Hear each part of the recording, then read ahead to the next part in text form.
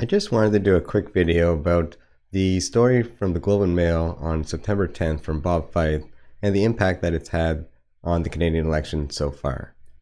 So here's the article. It was posted on September the 10th at 10:30 p.m. Left them very little time to prepare. It was actually probably Justin Trudeau's worst nightmare come true. Ottawa blocks RCMP on SNC Lavalin inquiry.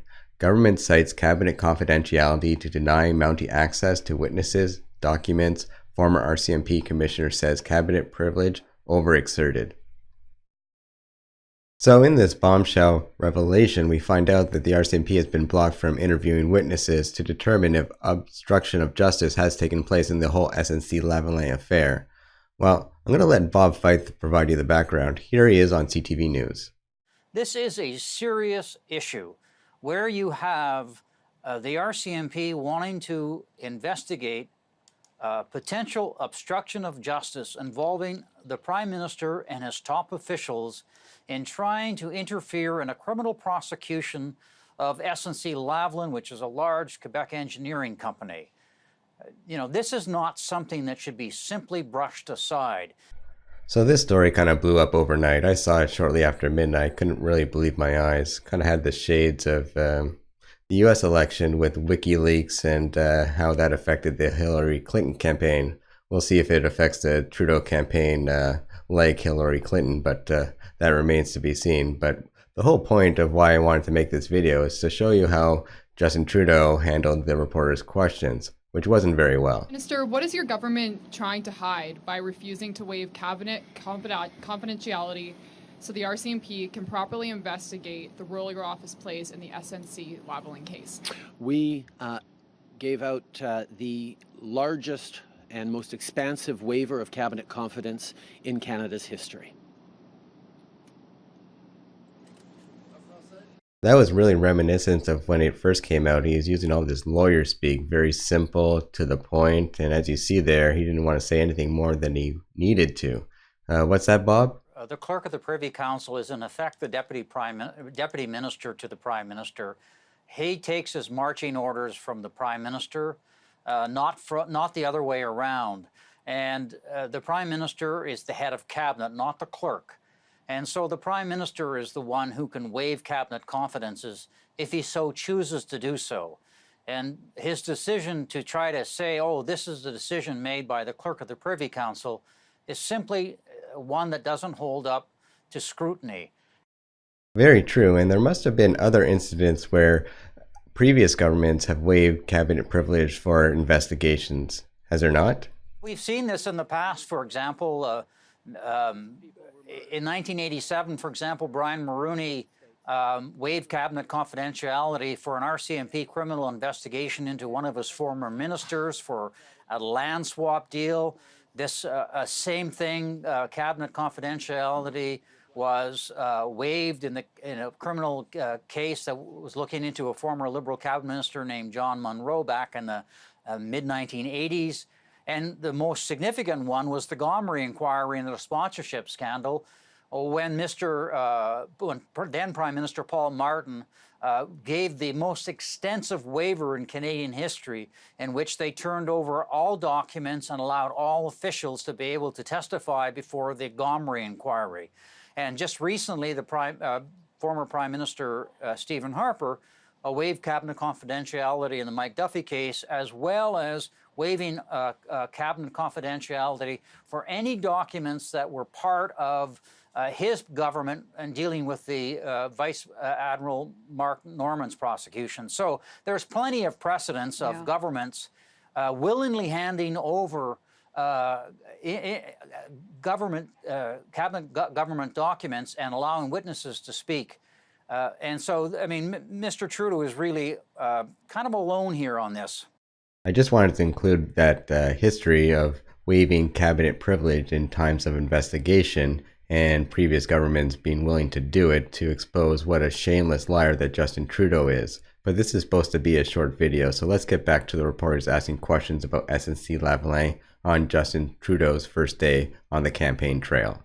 To follow Up on SNC Lavalin, you have said you take responsibility, yet you disagreed with the ethics report findings. You've got a McClellan report, but in all of this time, I don't think Canadians have heard you explain what you feel you personally did wrong. What were your mistakes in that affair? Could you explain to us what you feel where you went wrong? My job as Prime Minister is to be there to stand up for and defend Canadians' jobs, whether it's communities right across the country or pensioners or families. I will always defend the public interest. I will always defend people's jobs. I've been unequivocal about that from the very beginning, and that's what I will continue to do. No mistakes. No mistakes? Good morning, Teresa Wright, the Canadian Press. You've triggered an election today and you're asking Canadians to vote for you. Perhaps you could tell Canadians why they should trust you to be returned to power when we still don't know all the details of the SNC Lavalin affair, despite numerous attempts, and some of that has to do with committees with a Liberal majority blocking those details going forward. We made a commitment to Canadians to grow the economy for the middle class and for people working hard to join it. That was the heart of the promise we got elected on, and we have delivered on that by watching Canadians create well over 1 million jobs over the past 4 years, at the same time as 900,000 Canadians have been lifted out of poverty. Our commitment to invest in communities, our commitment to support and move forward on giving a real chance to Indigenous peoples to succeed by advancing reconciliation, to move forward on demonstrating that we understand that growing the economy and protecting the environment goes together every step of the way, and it's not a choice of either or anymore. These are the things that we committed to Canadians to do, and this is exactly what we've done over the past 4 years. We are the first to recognize there's an awful lot more to do, and I'm very much looking forward to getting out and talking with Canadians from coast to coast to coast over the coming weeks about our plans to continue building a better Canada as we all move forward. So that was all the questions on day 1 in regards to SNC Lavalin. On day 2, he had an announcement in the morning in regards to housing and took a question and answer afterwards. There was one reporter there from the Globe and Mail that asked 2 questions in regards to SNC Lavalin. Let's have a look. Michelle Zilio, the Globe and Mail. Jody Wilson-Raybould and Jane Philpott want you to step in and waive cabinet confidence so they can speak to the RCMP about potential obstruction of justice. Shouldn't these 2 former senior Liberal ministers be able to give evidence to the police without being muzzled by cabinet confidence? We actually took an unprecedented step in giving out a waiver that allows for all matters, all issues relating to this matter to be discussed at committee, to be investigated, to be followed up on. This was something that we did that is unprecedented because we know that it was important for people to be able to examine what happened in this matter. And that's why we took that step. And yesterday you said you respect decisions made by professional public servants, namely the decision of the clerk to deny RCMP access to witnesses and cabinet documents.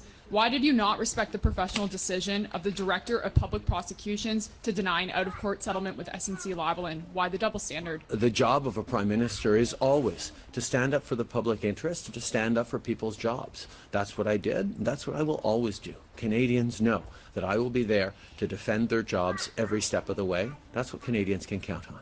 So to his first point, when he says that he waived cabinet privilege in an unprecedented fashion, I've already showed you earlier in the video where previous governments have waived completely cabinet privilege and given the material, the documents, access to witnesses to investigators.